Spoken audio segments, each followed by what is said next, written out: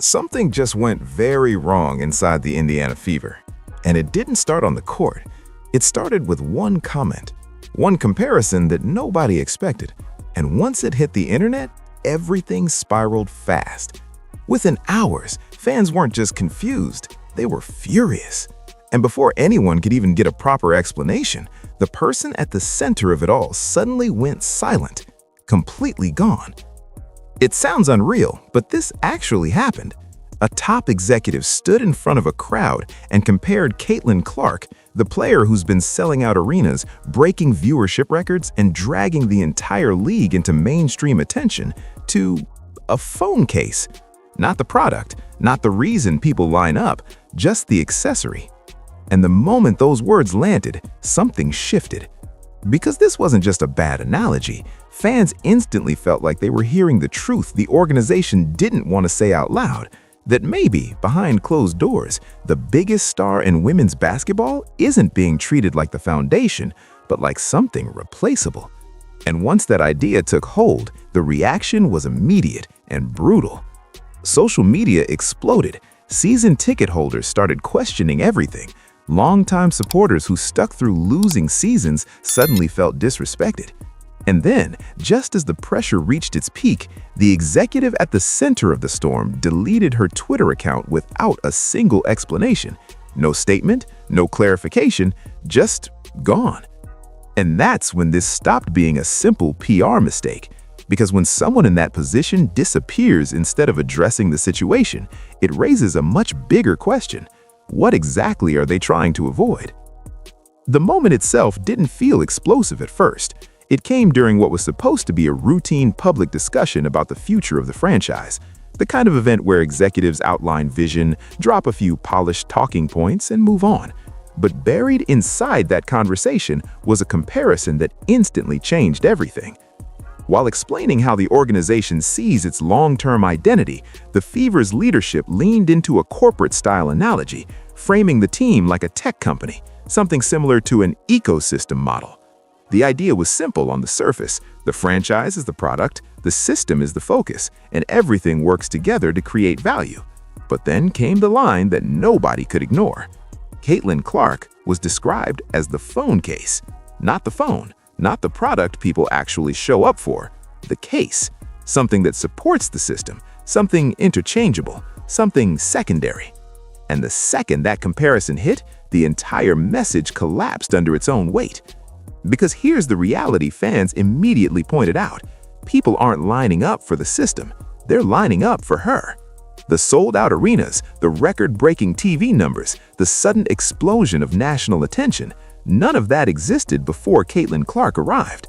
So trying to position her as just one piece of a bigger machine didn't sound strategic, it sounded disconnected. And that's why the reaction wasn't just criticism, it was outrage. Fans didn't hear a harmless business analogy. They heard an organization downplaying the one player who changed everything. They heard a front office trying to hold on to control of a narrative that had already shifted beyond them. And once that interpretation took hold, there was no walking it back. Because this wasn't just about wording anymore, it was about what that wording revealed. The reaction didn't build slowly, it detonated. Within minutes of the clip circulating, timelines were flooded with clips, captions, and one question repeated over and over. Did they really just say that? Fans weren't debating the wording, they were dissecting the meaning behind it, and the more people replayed the moment, the worse it sounded. Season ticket holders were some of the first to speak up. These weren't casual viewers jumping into a trending topic. These were the people who supported the team before any of this hype existed, and many of them felt blindsided. To them, this wasn't just a bad comparison. It felt like the organization was minimizing the very reason the franchise had become relevant again. Then the media picked it up. Clips started spreading across major platforms, and suddenly what should have been a contained PR moment turned into a full-blown narrative. Headlines weren't asking if it was a mistake, they were questioning what it revealed. Was this how the front office actually viewed Caitlin Clark? Was this intentional? Or worse, was it honest? And just as people expected some kind of clarification, it never came. Instead, something even more telling happened. The executive at the center of it all didn't address the backlash. didn't post a follow-up, didn't try to explain the analogy. Her entire Twitter account disappeared, gone overnight, right as the criticism reached its peak. That decision only made things louder. Because in moments like this, silence doesn't calm anything down, it amplifies it. Fans started connecting dots. If it was just a misunderstanding, why not explain it? If it was taken out of context, why not correct it? The absence of a response started to feel like confirmation. And at that point, this wasn't just about a comment anymore, it was about what the organization wasn't saying.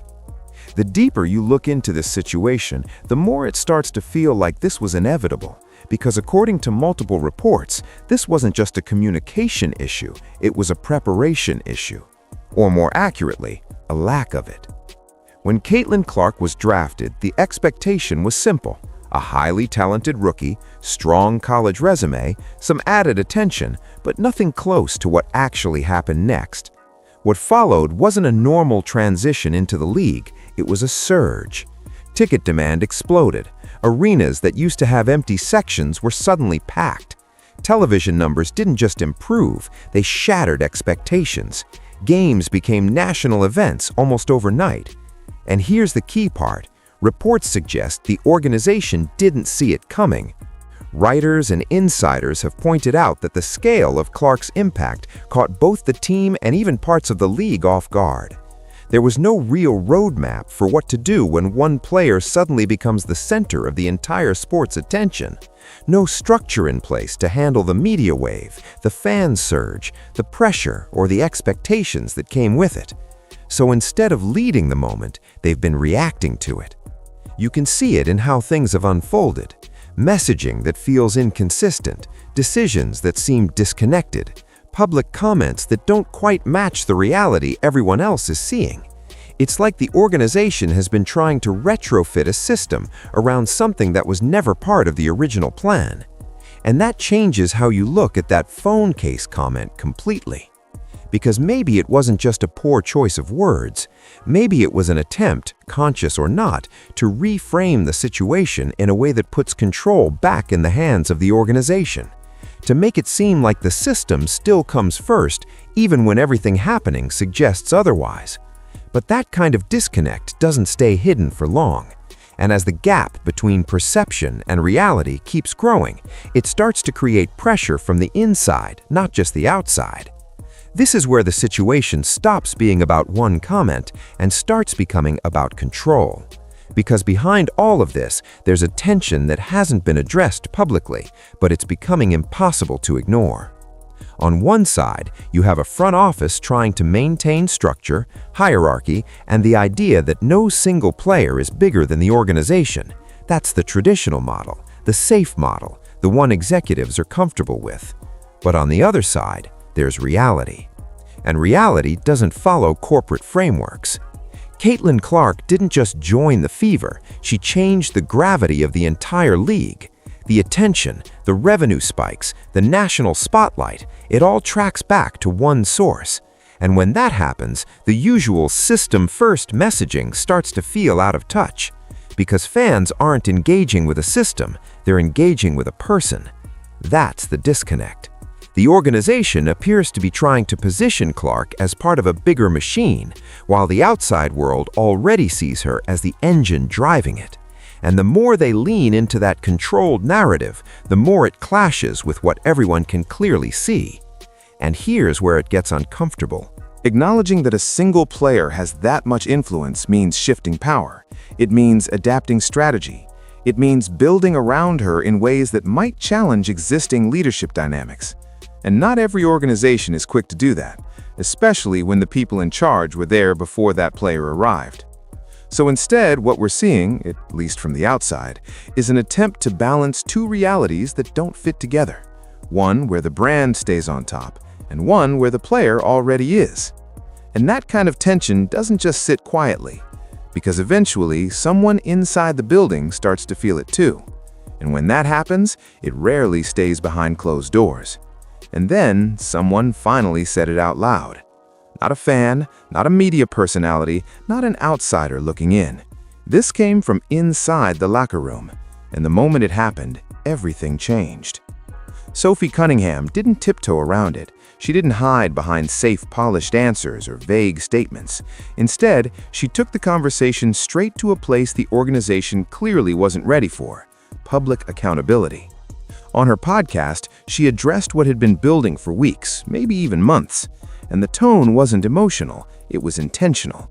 She talked about the physical play Caitlin Clark has been dealing with, the hits, the missed calls, the growing frustration around officiating that, according to many watching, hasn't matched the level of protection you'd expect for a player driving this much attention to the league. And while others had hinted at it before, Cunningham didn't hint. She made it clear this wasn't acceptable. But she didn't stop there, because then the focus shifted inward. Without naming every detail directly, the message was obvious. There were issues beyond just what was happening on the court. There was a feeling, one that's been quietly circulating, that the organization itself hasn't fully embraced what Clark represents. That instead of leaning into the moment, there's been hesitation, maybe even resistance. And that's what made this different. This wasn't frustration after a tough game. This wasn't a heat-of-the-moment reaction. Reports suggest this was calculated, a decision to speak knowing exactly how it would land, a signal that at least one voice inside that locker room was no longer willing to keep things internal. And if anyone thought this came out of nowhere, her actions had already been telling the same story. On the court, Cunningham has been one of the first to step in when things get physical. When Clark takes contact and nothing gets called, she responds, not subtly, not passively, directly. It's been happening in real time, game after game. So when she finally spoke off the court, it didn't feel surprising. It felt like confirmation. She's been showing it. Now she said it. And once that line is crossed, once a player openly challenges not just opponents, but the system around her, it stops being a private situation. It becomes something the entire league starts watching. And that's when the situation crossed a line you can't easily walk back from. Because what was once speculation suddenly started to look real. Behind the scenes, this wasn't just frustration, it was a divide. Reports and insider chatter began pointing to something deeper than disagreements over strategy or tough losses. This was about identity, about what this team actually is and what it's supposed to become. And the more that tension surfaced, the clearer it became that not everyone inside the building sees it the same way. On one side, you have the organizational vision, the idea that the franchise, the system, and the long-term structure must always come first, that no matter how big a player becomes, the brand stays above everything. It's controlled, it's predictable, and from an executive standpoint, it makes sense. But on the other side, you have the players living the reality every single day. They see the crowds, they hear the noise, they understand exactly why the spotlight is suddenly this bright. And from that perspective, there's no confusion. Caitlin Clark isn't just part of the system, she is the reason the system suddenly matters. And treating her like anything less doesn't just feel wrong, it feels intentional. That's where the split begins. And once that kind of divide forms inside a locker room, it doesn't stay quiet for long. Conversations change, energy shifts, small moments start carrying more weight. What used to be internal discussions turn into visible tension. And when one player, like Cunningham, steps forward publicly, it gives that divide a voice. Some inside the organization reportedly see that move as going too far, crossing a line, challenging authority in a way that disrupts stability. But others, they see it differently.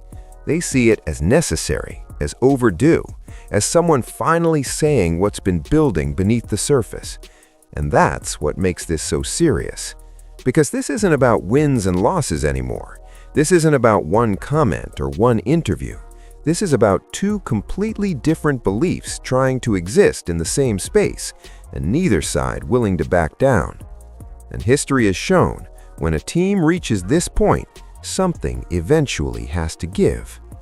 And if this all feels familiar, it's because we've seen this exact situation before, just on a much bigger stage. Back in the 1980s, when Michael Jordan entered the NBA, the league didn't immediately treat him like the centerpiece he would eventually become. There were moments where the system came first, where physical play went unchecked, where even his own team dynamics didn't fully align with what he represented. And for a while, the league hesitated to fully adjust. But then, something became impossible to ignore. Jordan wasn't just another great player. He was the product, the reason people were watching, the reason the league was growing at a pace it had never seen before. And once that reality became undeniable, everything shifted. Officiating changed, marketing changed, the entire structure of how the NBA presented itself evolved around him. Not because they wanted to, but because they had to. Now, people around the league are starting to draw quiet comparisons. No one is saying Caitlin Clark is Michael Jordan. That's not the point. The point is the pattern.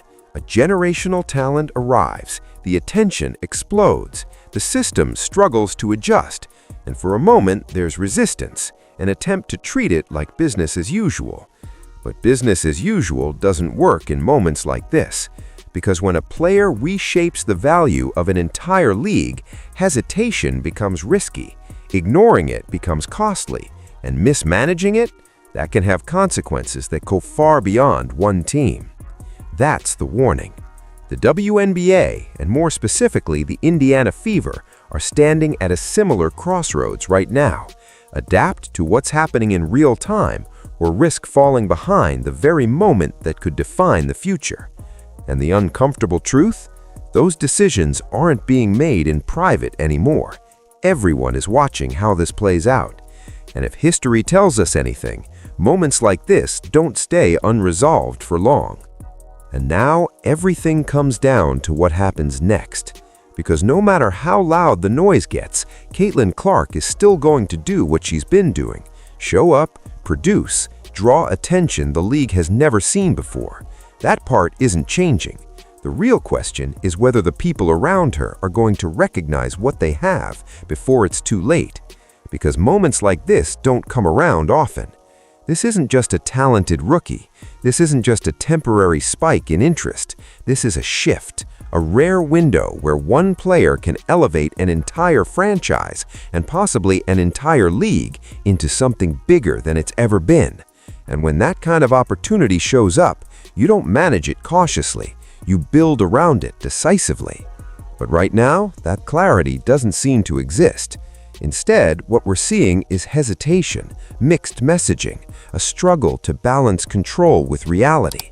And the longer that continues, the more pressure builds, not just from fans, but from inside the locker room, from the media, and from the league itself.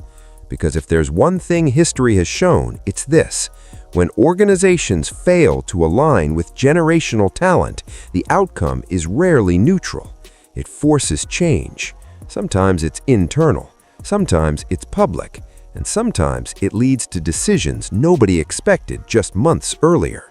Reports, rumors, and speculation are already starting to circle, and while nothing is confirmed, the fact that those conversations are even happening tells you everything about where this is heading. The Indiana Fever are sitting on something rare, something valuable, something that could define their future for years, but only if they handle it the right way, because if they don't, someone else eventually will. And the next move in this story, it might not wait until the off-season.